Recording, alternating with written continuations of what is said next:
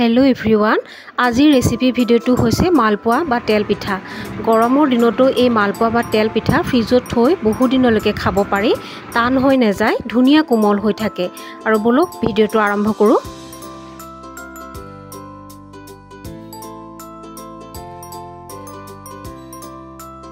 এতিয়া মিক্সি জাৰ এটাত সুজি 2 কাপ ময়দা 1 কাপ আৰু গুৰ মিঠৈ 1 কাপে হ'ব আৰু গাখীৰৰ সৰ 2 চামুচ দি দিছো নহলে পাউডাৰ গাখীৰো দি দিব পাৰে এতিয়া এক গিলাস পানী দিম আৰু স্মুথ বেটাৰ এটা বনাই লম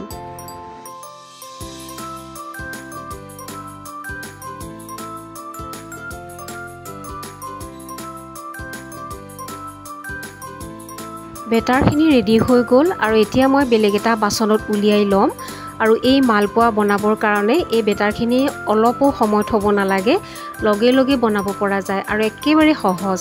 আৰু এতিয়া মই ফুলিবৰ কাৰণে বেকিং পাউডাৰ 1 চামুচ দি দিছো আৰু ভালদৰে মিলাই লম আৰু লগে লগে এটা আটাকৈ মালপুৱা তেলত ভাজি লম আৰু মালপুৱা কেইটা চাব খুব ধুনিয়াকৈ ফুলি উঠিব আৰু এই কেৰাহীত তেল দি দিলো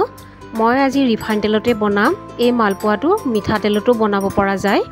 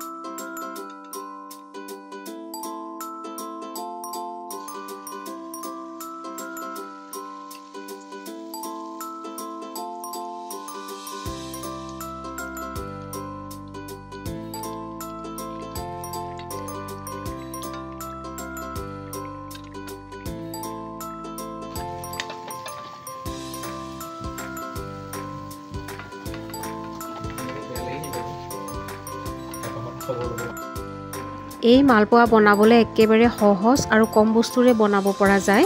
গুৰ মিঠৈ দিয়া কাৰণে সকলোৱে খাব পাৰে আৰু আজিৰ ৰেচিপিটো ভাল লাগিলে লাইক এটা কৰিব আৰু মোৰ চেনেলটো সাবস্ক্ৰাইব কৰিব আজিলৈ আহিছো থ্যাংক ইউ